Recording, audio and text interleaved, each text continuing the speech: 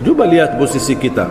Mohon maaf Bapak Ibu, menurut saya persoalan kita di Indonesia, bermasalah yang kita hadapi, berbagai macam masalah, wallahi gara-gara hubungan kita sama salat belum beres.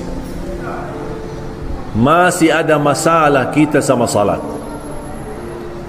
Padahal salat itu satu-satunya ibadah yang tidak bisa ditinggal dan tidak bisa mewakili orang lain. Ada umrah badal? Ada umrah badal? Ada. Ada haji badal? Ada.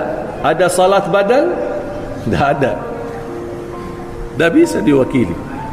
Harus kita sendiri laksanakan. Dan tidak bisa ditinggal. Puasa boleh tidak ditinggal? Boleh kalau lagi sakit atau musafir. Zakat boleh ditinggal? Boleh kalau kita tidak punya harta untuk dizakati.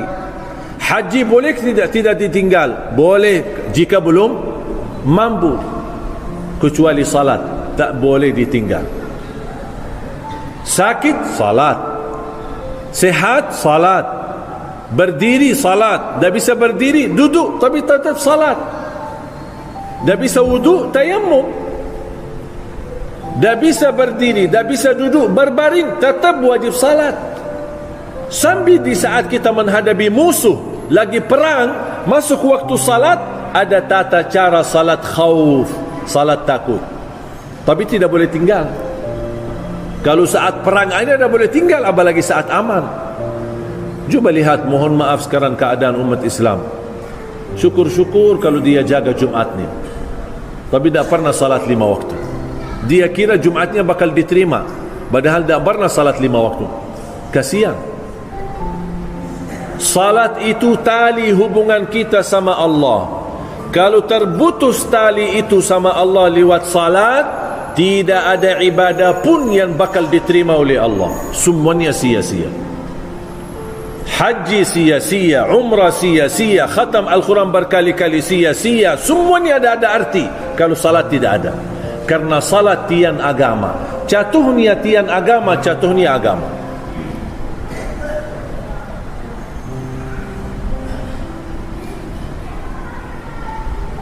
Makanya saya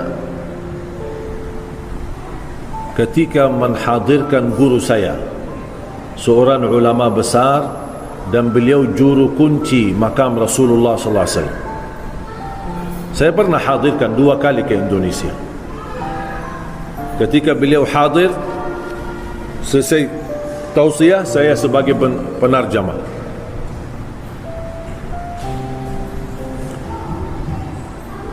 Saya pun terharu. Ali Jabir menjadi tukang terjemah. Subhanallah. 2008, 2009 belum bisa bahasa Indonesia. 2010 menjadi penarjamah. Terjemahin guru yang datang dari Madinah. Subhanallah, karunia dari Allah. Tak saya ambil kursus bahasa Indonesia, saya tidak belajar sekolah bahasa Indonesia, saya tidak belajar kamus bahasa Indonesia. 2008, 2009 masih saya baru hafal kalimat bagus. Itu bagus. Apapun orang bicara saya jawab bagus. Siapa nama kamu? Bagus.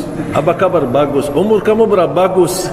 Saya tidak tahu, itu aja bagus. Kata teman saya, bilang aja bagus.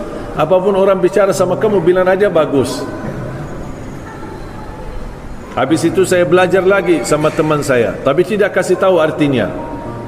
Saya diajarin, apa kabar? Bagus. Mau kemana? Aku cinta kepadamu. Saya ikut. Saya subhanallah cepat hafal.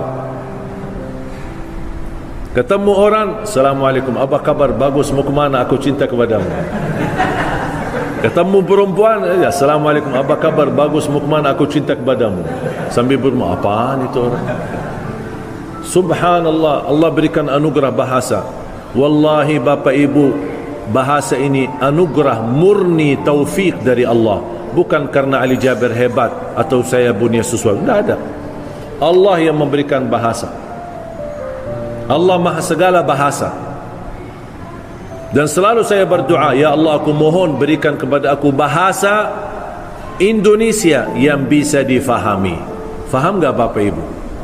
Alhamdulillah, berarti doa saya sudah kabul.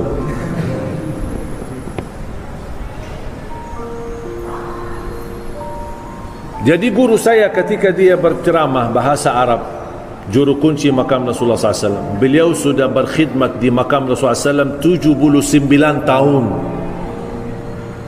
Di usia beliau 17 tahun, 18 tahun dia berkhidmat, melayani dan menjaga makam Rasulullah SAW. Setiap tamu negara datang, dia yang membersihkan dan dia menyambut. Beliau wafat hampir kurang lebih 90-an, dan 2 kali hadir di Indonesia. Ketika salah satu tausiah, habis selesai tausiah, ada pertanyaan, tanya jawab dari jamaah, dan salah satu pertanyaan kepada beliau, gimana hukumnya orang Muslim tidak salat? Ketika saya menyampaikan dalam bahasa Arab, beliau kaget sambil mempandangi saya. Iman ada orang Muslim tidak salat? Dia kaget, heran. Iman ada orang Muslim tidak salat? Saya jawab, ada, banyak, di Indonesia lagi.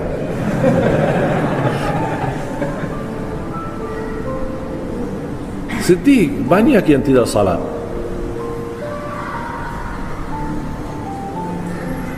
Sering saya terima keluhan dari jamaah, khususnya ibu-ibu,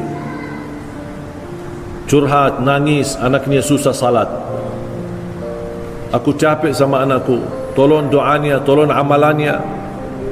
Saya tanya, ibu maaf, anaknya umur berapa? Sudah 30 tahun. Subhanallah, 30 tahun susah salat. Saya fikir masih anak-anak, 5 tahun. Sudah 30 tahun dan tidak mau salat.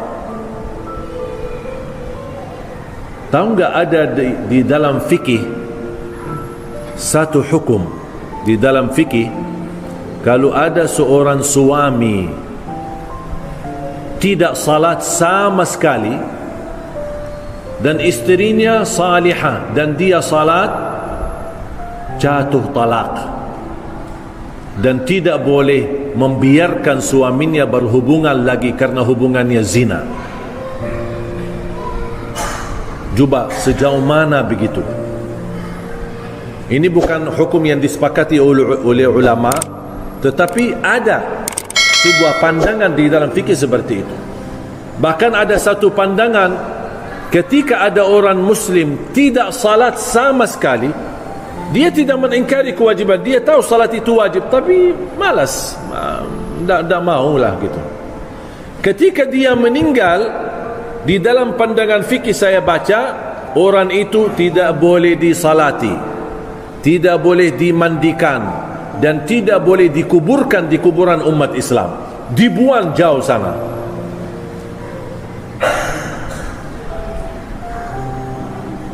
Ngeri ya. Coba mohon maaf kalau hukum ini berlaku, nampaknya sepi kuburan Islam. Wala haula wala quwwata illa billah. Kita doakan semoga pemuda-pemudi Indonesia Allah berikan hidayah. Alhamdulillah belakangan ini sudah mulai banyak hijrah. Walaupun badannya banyak tatu, banyak ini, tapi alhamdulillah dia mau salat. Sampai saya berkali ketemu orang, ini gimana tatu saya? Kalau tatunya ini sebenarnya memang dosa, tapi kamu sudah berhijrah, dan pasti Allah menerima taubatmu kalau taubatmu benar. Dan Allah tidak membandangi wajahmu, kulitmu, apa isinya, tapi Allah melihat amalanmu dan hati, isi hatimu. Makanya jemaah sekalian, bersyukurlah Bapak Ibu kalau anda menjadi orang yang bisa salat. Syukurlah, wallahi syukur, bersyukurlah, karena anda bisa berlangkah-langkah ke masjid. Anda mau bangun ambil air wudu di waktu subuh, wallahi ini anugerah, nikmat dari Allah untuk kita. Banyak orang yang mampu tapi malas. Bahkan ada orang tetangga masjid tidak pernah datang ke masjid. Padahal jaraknya ke masjid satu tembok dengan masjid. Ada.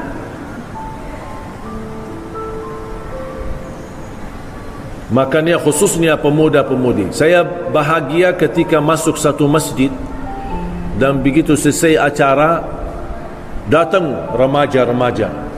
Syekh, tolong minta foto kami remaja masjid. Oh, boleh sini. Saya senang ada remaja. Bahkan saya mendorong yang boleh terlibat dalam pengurusan masjid, menjadi di diwan masjid adalah pemuda-pemuda kita. Tetap kita ada orang tua kita, orang senior kita, tetap mendapat belajaran dari mereka. Tapi tolong doronglah mereka. Kasih kesempatan mereka yang jadi imam, jadi muazzin, jadi pengurus di masjid, mengurusi masalah keuangan di masjid. Lipatkanlah mereka.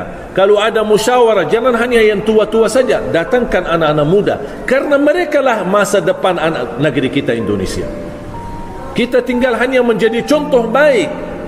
Kita besok bakal meninggal, dipanggil oleh Allah, dan kita selalu mengajak mereka dan memberikan kepercayaan. Mereka insyaAllah akan mampu menjaga masjid kita walaupun kita meninggal dunia. Tanamkan cinta masjid kepada anak-anak kita, cinta Al-Quran.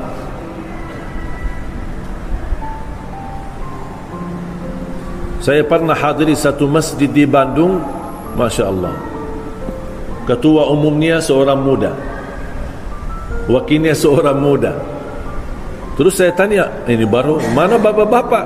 Sudah habis ya? Dah ada lagi ya? Ada Pak, ada. Cuma mereka sebagai ahli masywarah. Kalau ada persoalan yang mereka belum mampu, dipanggil yang bapak-bapak. Ini gimana Pak masukannya, nasihatnya? Karena yang tua ini tak boleh kita tinggalkan.